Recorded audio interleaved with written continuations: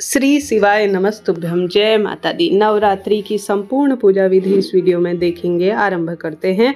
प्रथम दिन आप सभी इस तरह कलश स्थापित कर शुभ मुहूर्त में ही पूजा करें। शुभ मुहूर्त का समय स्क्रीन पर मैंने दिया हुआ है। जहां पर भी बैठे वहां पर साफ स्वच्छ कर लीजिए। गंगा जल मिश्रित जल छिड़क कर उस स्थान को सुसज्जित कर लीजिए। आप भी लाल पीले रंग के वस्त्र पहनकर सुंदर परिवार के साथ पूजा शुरू करें। एक स्थान जहां पर आपको पाटा अर्थात एक लाल चौकी विराजमान कर लेनी होगी, माता की मूर्ति और एक इस तरह से श्री कलश आपको स्थापित करने के लिए आवश्यकता पड़ेगी। कलश के मुख पर मौली बांध लीजिए।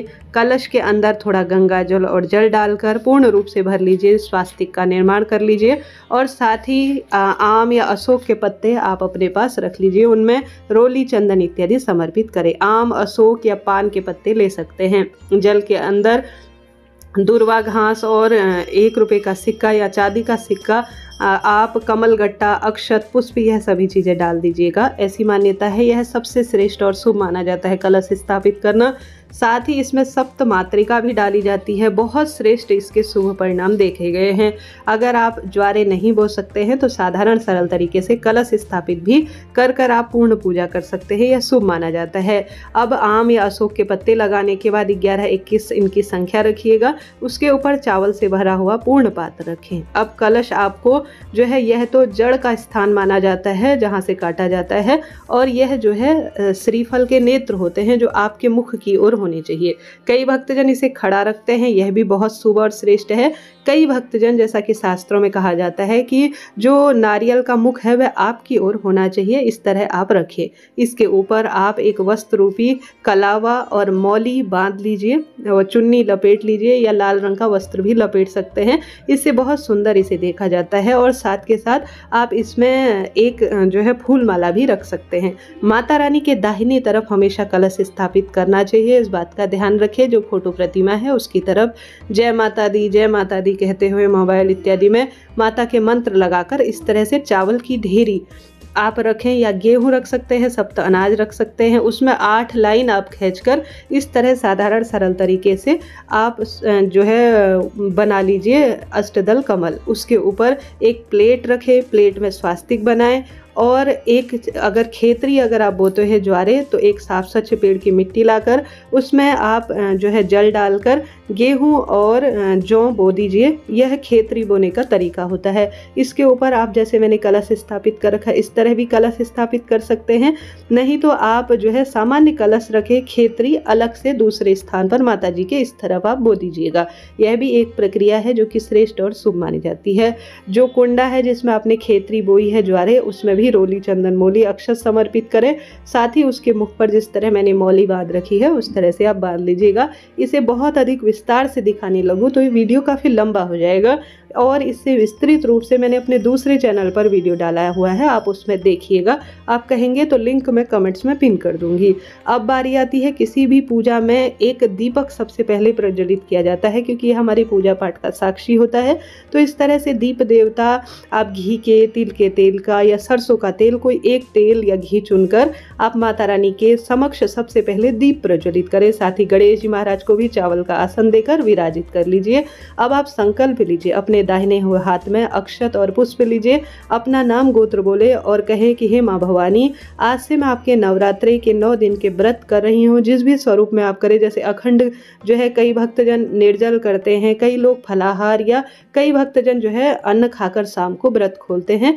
जो व्रत आप संकल्प लेकर करेंगे वह ज़्यादा शुभ और श्रेष्ठ माना जाएगा। हे माता रानी, मेरे इन 9 दिनों के व्रत को संपन्न करें और मेरी मनचाही मुराद पूरी करें, ऐसी प्रार्थना करते हुए आपने जो हाथ में संकल्प की वस्तु ली है माँ के श्री चरणों में आप छोड़ दीजिए।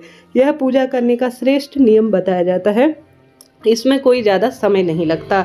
इसके बाद पसम पूजनी है हमारे गणेश जी महाराज। ओम श्री गणेशाय नमः कहते हुए वस्त्रम समर्पयामि कहते हुए वस्त्र समर्पित करें, पुष्पम समर्पयामि कहते हुए पुष्प समर्पित करें, रोली चंदन मौली अक्षत कर समर्पित कर दुर्वा घास, यज्ञोपवीत और सुपारी उनके श्री चरणों में समर्पित करें। इस तरह गणेश जी की पूजा हो गई। अब माता रानी के अस्त्र शस्त्र सभी में और माँ भवानी और जो शेर पर सवार माता है उनमें भी रोली चंदन मौली अक्षत सभी चीज़ें, ओम अक्षतम समर्पयामि, वस्त्रम समर्पयामि और जो है पुष्पम समर्पयामि, नैवेद्यम समर्पयामि, समर्पयामि, इस तरह से कहते हुए सभी चीज़ें आप समर्पित करें या जय माता दी कहते हुए समर्पित करें। वही हमने कलश जो वरुण देवता स्थापित किए हैं, उसमें सभी कुल देवी मैया इष्ट पित्र हमारे वास करते हैं, तो उसमें भी रोली, चंदन, मोली, अक्षत, पुष्प इत्यादि सभी चीज़ें बारी बारी समर्पित करें। भाव मन सच्चा होना चाहिए। पूजा भले ही संक्षिप्त हो, विस्तृत हो, गलत हो, सही हो, वह श्रेष्ठ है और उत्तम है। आप 9 दिनों में किसी एक दिन मनोकामना पूर्ति के लिए माता को नारियल जरूर चढ़ाएं। नारियल में आप हल्दी कुमकुम का स्वास्तिक बना सकते हैं, कलावा लपेट सकते हैं, इच्छा आपकी है।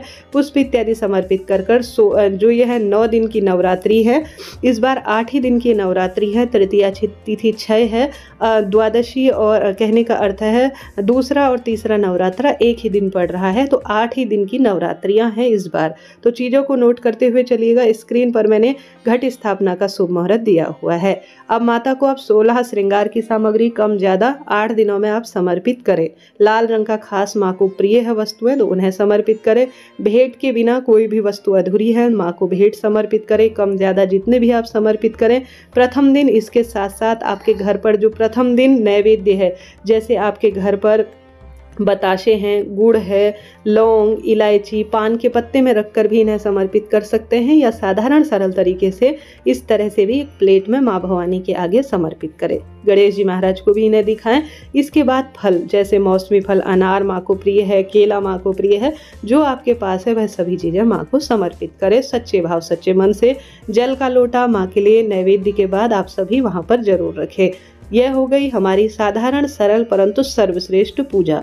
अब भोग लगा दिया, संपूर्ण हमने पूजा नियम कर लिए हैं, वस्त्र रूपी कलावा भी माँ को समर्पित कर दिया है, तो यह पूजा हो गई। अब बारी आती है हवन की। तो हवन का आपके पास इस तरह से कोई बड़ा कटोरा है या आपके पास छोटा सा पीतल का कुंड है, तो वह लेकर आइए, बहुत शुभ और श्रेष्ठ माना जाता है। इस तरह से बाजार में संविधा अर्थात जो हवन की सामग्री होती है बनी बनाई मिल जाती है, आप वह ला सकते हैं। थोड़ा सा कंडा अर्थात गोबर का जो उपला होता है उसे सुलगा लीजिए, या इस तरह से कपूर और जो गोले का टुकड़ा होता है उससे अग्नि को अच्छी तरह से सुलगाने के बाद घी इत्यादि उसमें समर्पित कर आप सभी माता रानी के नाम मंत्र का स्मरण करते हुए या कोई मंत्र का स्मरण करते हुए 9 आहुतियाँ दीजिए। कुछ आहुति इसमें घी में डुबोकर आप जो लौंग की है उन्हें समर्पित करें। कुछ आहुति आप बाजार से जो संविधा है या घर पर बना रखी है आपने वह समर्पित करें। साथ के साथ आपने माता रानी को जो भोग लगा रखा है थोड़ा सा एक अंश उसका भी आप अग्नि के माध्यम से माँ को भोग समर्पित करें। यह काफ़ी शुभ और श्रेष्ठ माना जाता है। इस तरह से आपको माता रानी का यह हवन छोटी सी प्रक्रिया है, रोज करनी है। बहुत शुभ और श्रेष्ठ पॉजिटिव एनर्जी के लिए यह जाना जाता है। तो इस तरह से नवरात्रि के 9 दिनों में आपको रोज हवन करना है। 9 आहुति माता रानी के कोई मंत्र के साथ आप इस तरह सरल विधि से दीजिएगा। जो भी आप दिन बार के अनुसार भोग लगाए इस अग्नि में माँ आप स्वीकार करें, ऐसी प्रार्थना करते हुए समर्पित करें। साथ के साथ आप सभी एक जो है लास्ट में एक दीपक ले लीजिए। कपूर की आरती कर सकते हैं दूसरी, या कपूर और दीपक दूसरा आप दीपक लीजिए। जैसा कि गुरुजी हर बार कहते हैं, आप एक दीपक शुरू में प्रज्वलित करें, दूसरा पूजा के अंत में। जो आप शुरू में दीपक लगाए हैं उसे हिलाए डुलाए नहीं, दूसरा एक अंत में दीपक प्रज्वलित कर उससे भगवान जी की अर्थात गणेश जी महाराज और माता रानी की परिवार के साथ आरती विधि विधान से कीजिए। इस तरह से यह जो है रोज की पूजा आप प्रथम दिन की इस तरह से करें और यहाँ पर रोज 9 दिन तक आप पूजन करें। अखंड दीप आप लगाते हैं तो इसी तरह से बड़ा दीपक लीजिए, इसमें रोज आप अखंड दीप की प्रक्रिया अपनाएं। इससे पहले मैंने दूसरा चैनल है उसमें पूरा मैंने विस्तार से एक एक चीज बताई है, आप उसे जरूर से देखिएगा। अब इस तरह से आपकी आरती पूजा हो जाएगी, तो माँ को इस आरती को दिखाइएगा और इस आरती को अपने पूरे घर में अब घुमाइएगा।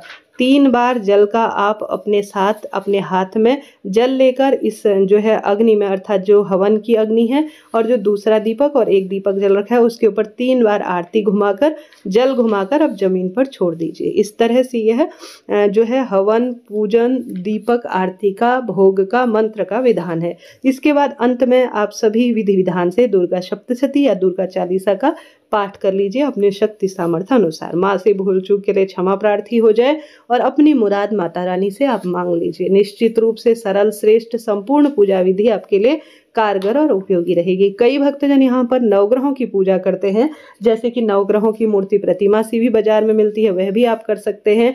नवग्रह सुपारी से भी नौ जो है रख सकते हैं, वहां पर उनका स्वरूप मानकर पूजन कर सकते हैं। कई भक्तजन जो है 9 बिंदिया लगा सकते हैं, 16 षोडश मातृका के स्वरूप में बनाते हैं, उनका भी पूजन किया जा सकता है। परंतु संक्षिप्त साधारण गृहस्थ जन जो पूजन करते हैं, यही श्रेष्ठ प्रक्रिया है। आशा है, उम्मीद है वीडियो आपके लिए उपयोगी रहा होगा। कोई प्रश्न हो कमेंट्स में आप पूछिएगा। आपका अपना चैनल है। जय माता दी।